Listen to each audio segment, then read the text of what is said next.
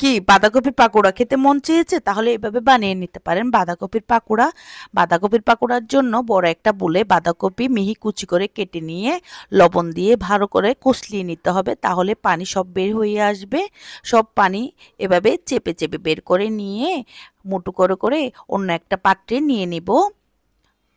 এই যে সব অন্য পাত্রে নিয়ে নিলাম, নিয়ে এখন এতে অ্যাড করে দিব কিছু পেঁয়াজ কুচি, ধনিয়া পাতা কুচি, আর হচ্ছে কাঁচামরিচ কুচি, আর ধনিয়া গুঁড়া দিয়ে দিলাম, আর দিয়ে দিলাম মরিচ গুঁড়া, আর দিয়ে দিব অল্প চালের গুঁড়া দিয়ে ভালো করে মেখে নিব।